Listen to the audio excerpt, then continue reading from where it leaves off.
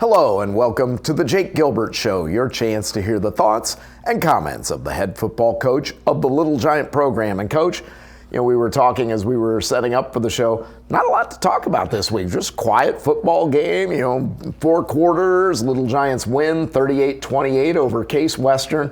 But seriously, an hour delay for kickoff due to lightning. A long delay at halftime. We finally get back on the field to play exactly 1 minute and 15 seconds.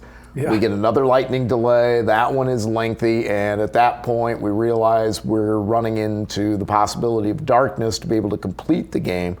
So the decision was made to move everything to Crawfordsville High School, which happened. Wabash took advantage, had a great fourth quarter, 17 points in that fourth quarter to come up with the win. First of all, have you ever experienced anything like that in your coaching career, either in college as an assistant coach or during your head coaching career at North Montgomery and at Westfield? Not like that. Been a part of lightning delays, but certainly nothing like that marathon. So probably 21 years as a head coach, about 30 years in coaching total. That was maybe 5th or 6th delay. So it doesn't happen as often as people think. For Case, it happened back-to-back weeks. Unless you're Case Western Reserve, because in addition to back-to-back weeks, my counterpart at Case let me know that's their 4th lightning delay in the last 2 years. Yeah, so hopefully that's it for us for another 25 years. But we are nothing quite like that, but we'll never forget it. It is memorable, and it was an interesting day.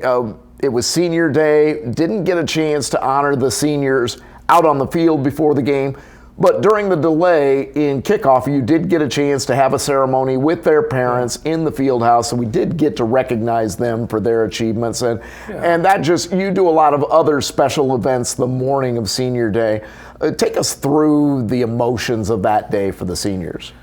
Well, it builds up from the course of years because we have a very special event that's pretty intimate to us and inside our team room where each senior speaks about the most influential male in their life, and it's emotional. It's filled with gratitude, and everyone who's there who's not participating directly is listening, and they're thinking about who would be my most influential male if I were to speak on this topic. And many guys will get up and say, I've known this for 3 years, that this is the person I would say. And so that part's very emotional. And then we calm down a little bit, and then eventually you get to the field. Well, since we had the lightning delay, we actually moved those proceedings inside. And to be honest, it was great. Maybe it was different, maybe even better because of the intimacy of it. And so it was small.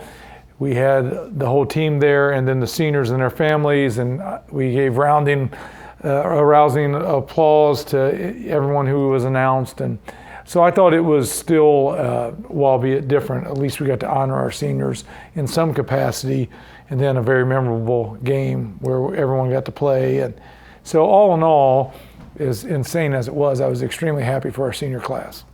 Let's talk about the game itself. Again, a 38-28 victory. Brent Campbell, again, played well, 19 of 30 passing with 1 interception, 2 touchdown passes. He threw for 208 yards. Again, also good in his decision-making. He had 16 rushing attempts for 66 yards, which puts him at an average of about 302 yards of total offense a game, among some of the national leaders in that category. In the running game, Cole Dickerson, another good game, 16 carries for 71 yards. Xavier Tyler, had 68 yards rushing on 16 attempts with a touchdown. And then defensively, you put pressure on a good running and what ended up being a good throwing quarterback in their backup quarterback, Sam Tillio. 5 sacks on the day. Brody Fry credited with 2 sacks, one of those seniors. And then special teams play as well. Connor Grimes with a big block punt that led to one of the touchdowns out at Crawfordsville High School. So really good execution, it seemed, in all 3 phases of the game. What were your thoughts on the game looking back on it? Well, it was a tale of 2 games. I thought we were pretty average here at home. little bit of a sluggish start. We couldn't quite pull away. We did some good things, but then we also had some mistakes and let some points out that I didn't think we should. So a little sloppy while we were here, and then the minute and 15 seconds that we came back out, I don't know how to account that. But when we went to Crawfordsville, I just thought we really answered the bell very well post several delays, and I thought we played great football there. So we really ran the football so well. So I would love to give a lot of credit to the offensive line. The two-headed monster that is Xavier and Cole is hard for anyone to deal with, but I thought up front we really were coming off the ball and was very proud of our guys up front. And so the offensive line, they came ready to play, and then defensively we stepped it up. We were not very good here, but we definitely stepped up the pressure. We got those 5 sacks in the second half like you were talking about. We were just way more aggressive. We had prepared for a different quarterback. We had prepared for a different game plan than what we probably got. I was too soft and passive in my defensive calls in the first half and tried to be patient, and we were just much more aggressive in the second half, which helped us against this team once we kind of figured out what they were doing. So we were certainly better 6 hours later, than we were at the beginning. And then, kudos to Connor. I felt like Brody Rucker was extremely strong again on special teams, and then Connor Grimes with the game-changing play, second week in a row that we've blocked a punt. So much respect to Coach Ferner, our special teams coordinator, and then Gage and Connor have blocked punts, and we blocked a punt in each of our first JV game, and then there's a bad snap that we handled from our opponent in the other JV game. So program-wide, I think the special teams are doing pretty well. At halftime, going into the locker room, you had a chance to talk to our sideline reporter, Cage Christie. And one of the things you said was that the coaching staff wasn't calling a very good game. Did that delay give you guys time to get together as a staff and kind of rethink? And you mentioned, because of the strange situation with Case Western the week before, we talked about it on the show last week, you didn't have as much video as you normally would. They had a last-minute injury in that game to their starting quarterback, so you had almost no film on the quarterback you were going to see, so you were reacting to what you saw live on the field.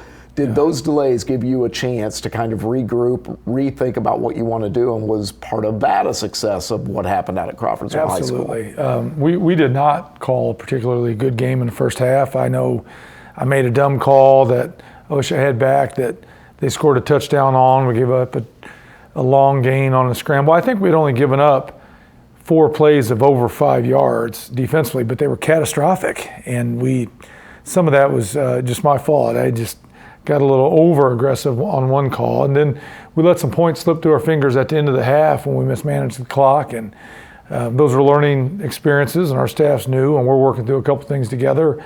But I thought we were way better after the break. We ran the ball. I think we kind of found a way to block what we were getting and learn what our best would be in the running game.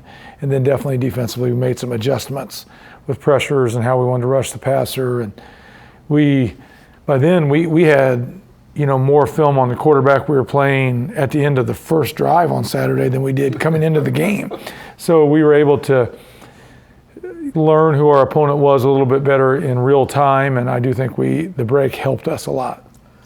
This week, you get ready to start North Coast Athletic Conference action. Little Giants are on the road at the College of Wooster.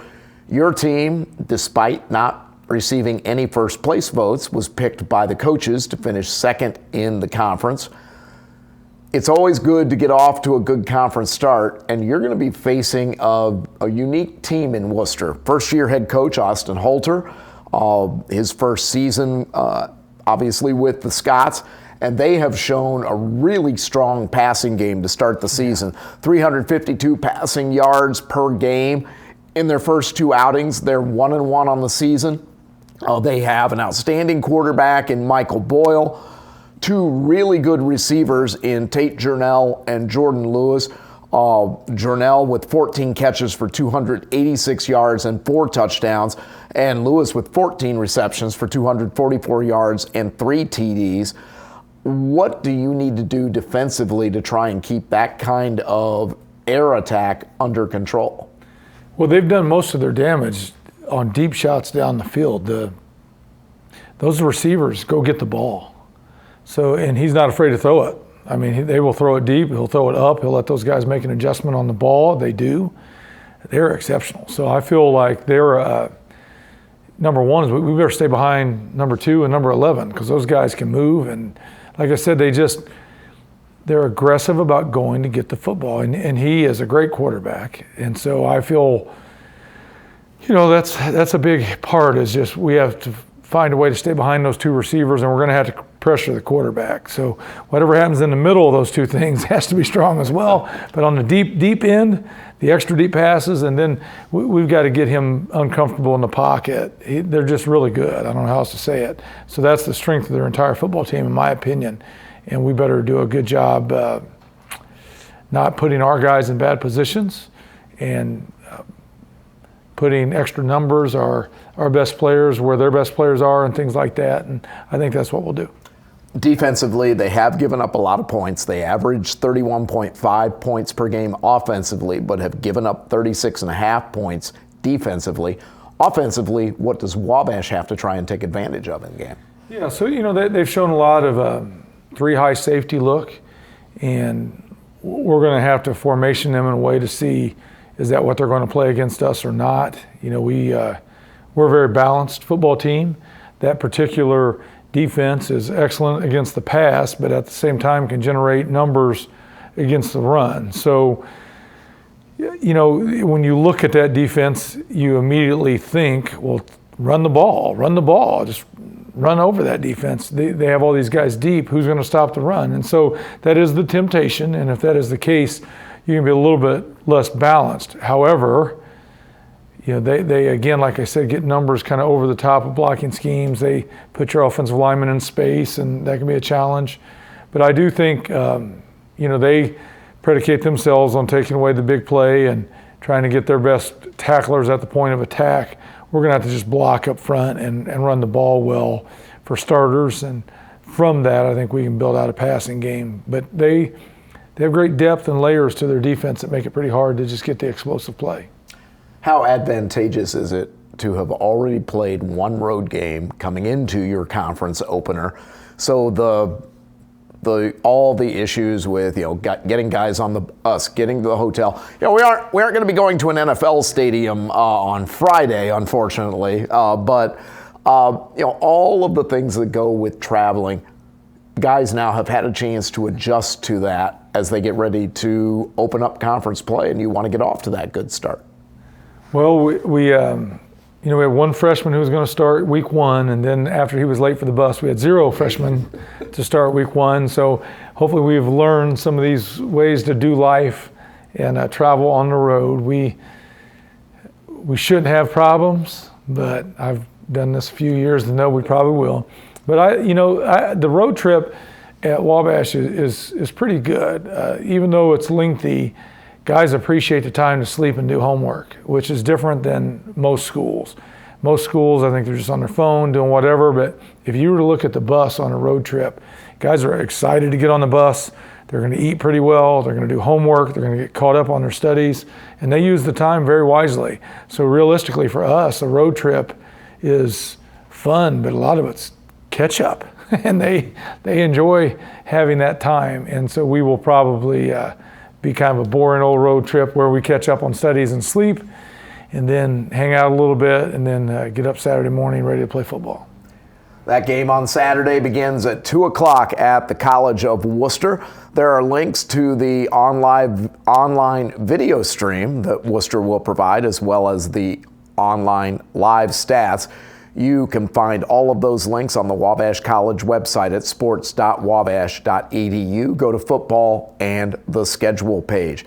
Again, that's a 2 o'clock kickoff. If you are traveling to Worcester to support the Little Giants in person, the Wabash crowd will be gathering in the parking lot near the baseball stadium just up the road from the football stadium. So go there to join the Wabash tailgate Saturday morning before going into the stadium at John Pete Papp Stadium to cheer on Wabash against Worcester. Coach, as always, thank you so much for your time. I know I'll be on the road with you, so looking forward to a great game on Saturday. Thanks, Brent. Wabash always fights. Our thanks to Adam Phipps in the truck, as well as Colin Krause, our set producer here in the stadium. For Coach Gilbert, I'm Brent Harris. You've been watching The Jake Gilbert Show, your chance to hear the thoughts and comments of the head football coach of the Little Giant program. We'll talk to you soon.